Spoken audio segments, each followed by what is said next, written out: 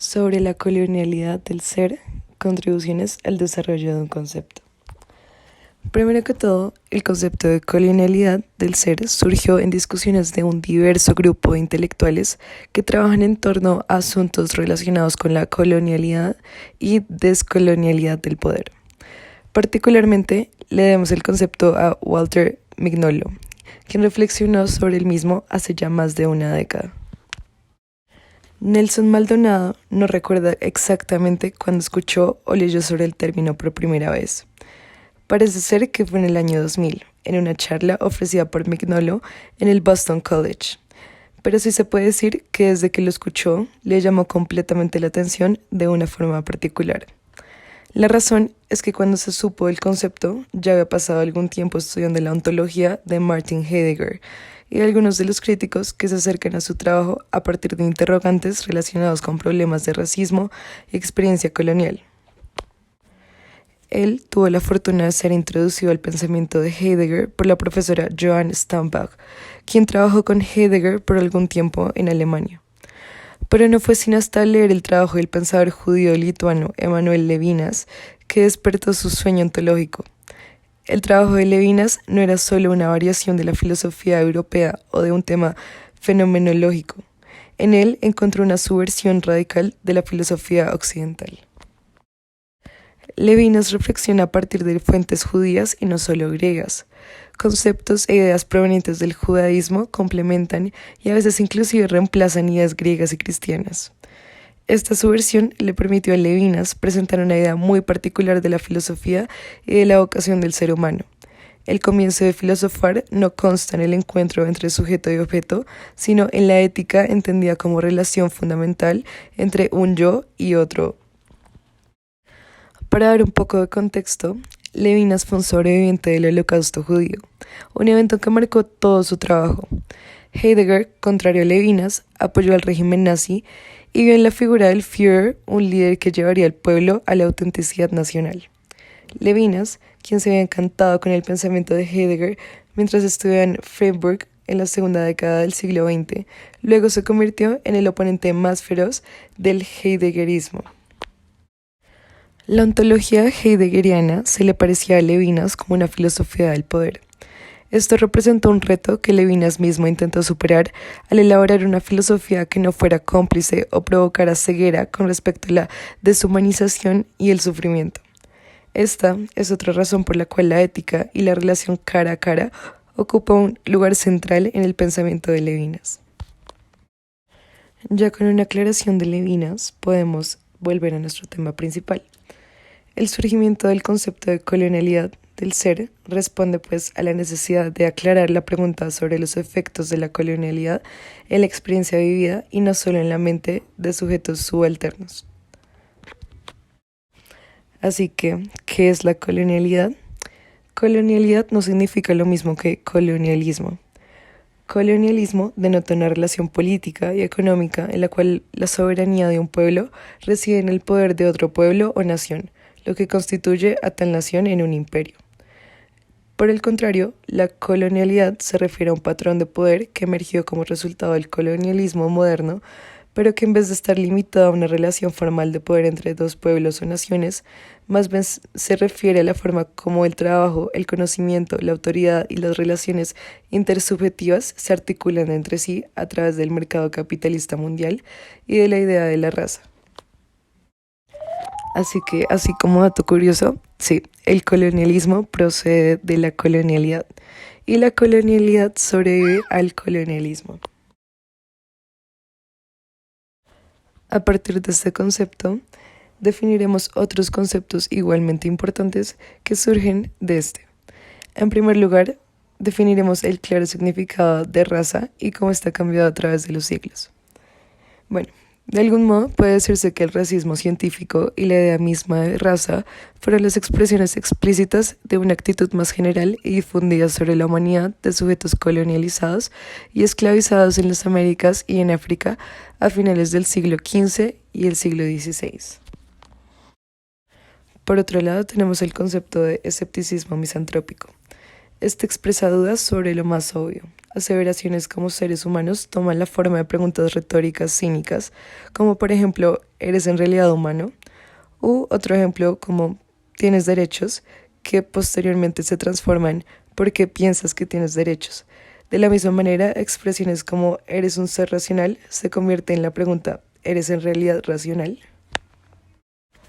El colonialismo moderno puede entenderse como una condena obvia caracterizada por la naturalización de la esclavitud, ahora justificada en relación con la constitución biológica y ontológica de sujetos y pueblos, y no solamente por sus creencias.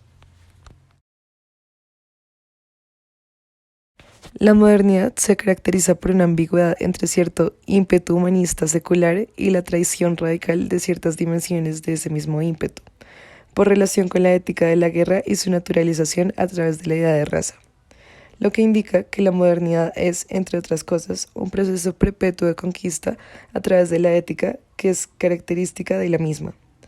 En la modernidad ya no será la agresión o la oposición de enemigos, sino la perpetua servidumbre, esclavitud y violación corporal de los sujetos racializados. Para entender mejor qué es el ser, la ontología de Heidegger se caracteriza por la idea de que el ser no es un ente o una cosa, sino el ser de los entes. Heidegger utiliza otro concepto para referirse a los seres humanos como seres para quienes su propio ser está en cuestión: Dasein. Dasein significa literalmente ser ahí. Dasein es simplemente el ser que está ahí. Para él, la ontología fundamental necesita elucidar el significado del ser ahí y a través de eso articular ideas sobre el ser mismo.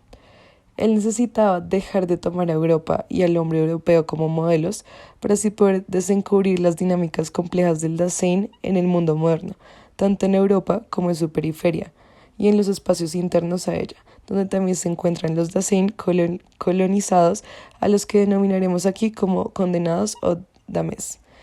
Ya con esto nos adentramos en el territorio pleno de la colonialidad del ser. La colonialidad del ser se refiere a la normalización de eventos extraordinarios que toman lugar en la guerra. La elucidación de la colonialidad del ser requiere reflexión sobre distintas diferencias, entre ellas tres específicamente. La primera, diferencia transontológica, que es la diferencia entre el ser y lo que está más allá del ser. Segundo, la diferencia ontológica, que es la diferencia entre el ser y los entes. Y tercero, la diferencia subontológica o diferencia ontológica colonial, la cual diferencia entre el ser y lo que está más abajo del ser. ¿Pero a qué se refiere esto de la colonialidad del ser?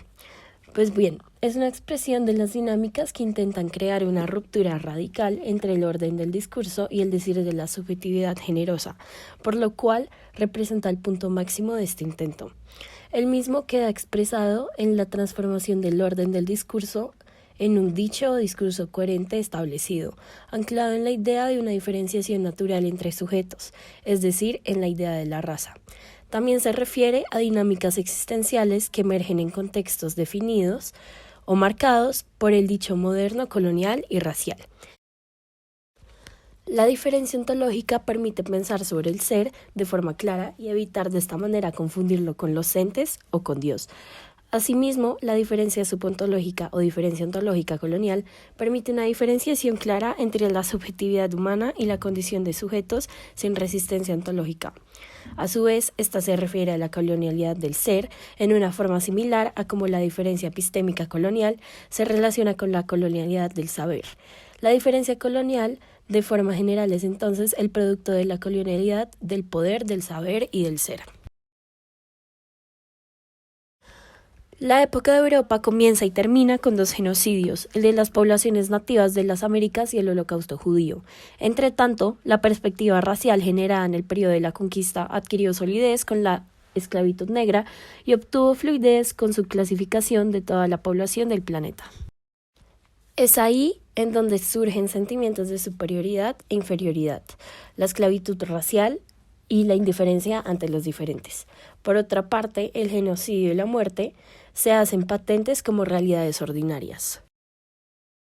Dentro del mundo colonial se llevan a cabo ciertos aspectos raciales y de género que son característicos de la naturalización de la noética de la guerra de la modernidad. Entre estos se puede encontrar que el hombre negro es representado como una agresiva bestia sexual que desea violar mujeres, particularmente a las blancas. La mujer negra a su vez es vista como un objeto sexual y promiscua. La mujer negra es vista como un ser altamente erótico, cuya función primaria es satisfacer el deseo sexual y la reproducción. Por otra parte, el hombre negro representa el acto de violación, mientras la mujer negra es vista como la víctima más representativa del acto de violación. Además, los hombres colonizados se distinguen por ser permanentemente feminizados y a su vez los de color representan una amenaza constante. Por otro lado, la mujer de color merece ser violada y sufrir las consecuencias. En términos de falta de protección por parte del sistema legal, abuso sexual continuo y falta de asistencia financiera para sostenerse a sí misma y a su familia. Tanto como el hombre de color merece ser penalizado por violar, aun sin haber cometido el delito.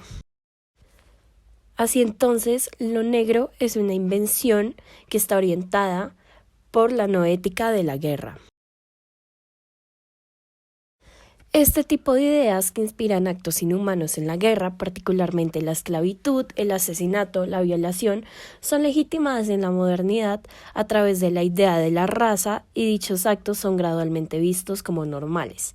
En gran medida, gracias a la alegada obviedad y el carácter no problemático de la esclavitud negra, el racismo antinegro son parte de un proceso que naturaliza la noética de la guerra. La diferencia subontológica es el resultado de esa naturalización. La misma es formalizada por la idea de la raza. Lo que es visible sobre la persona de color es su propia, humanidad.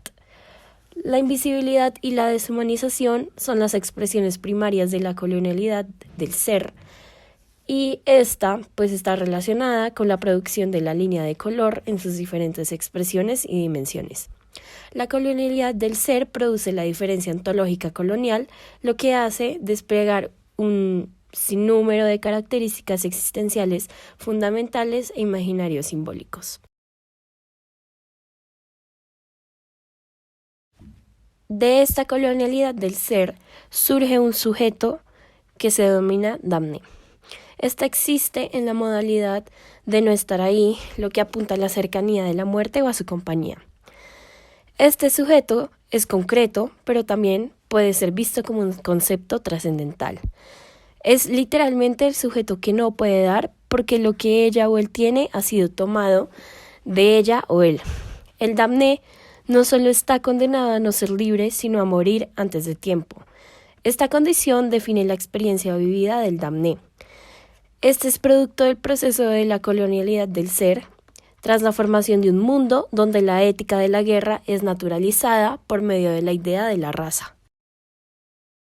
Romper con estos ideales que se venían teniendo llega la descolonización, que consiste en la restauración del orden humano a condiciones en las cuales los sujetos puedan dar y recibir libremente, de acuerdo con el principio de la receptividad generosa.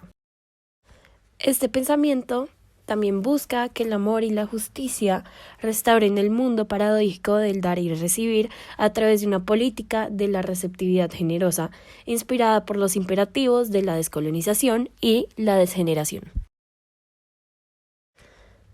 Con este pensamiento del dar y recibir, la actitud descolonial plantea el rompimiento con la actitud natural colonial y la dialéctica de reconocimiento imperial, que es aquella que presupone que todo sujeto debe obtener reconocimiento del hombre blanco para adquirir sentido completo de su humanidad. En la actitud descolonial, el sujeto en la posición de esclavo no simplemente busca reconocimiento, sino que ofrece algo, y ese alguien a quien lo ofrece no es el amo ni nadie de raza blanca, sino otro esclavo de raza negra.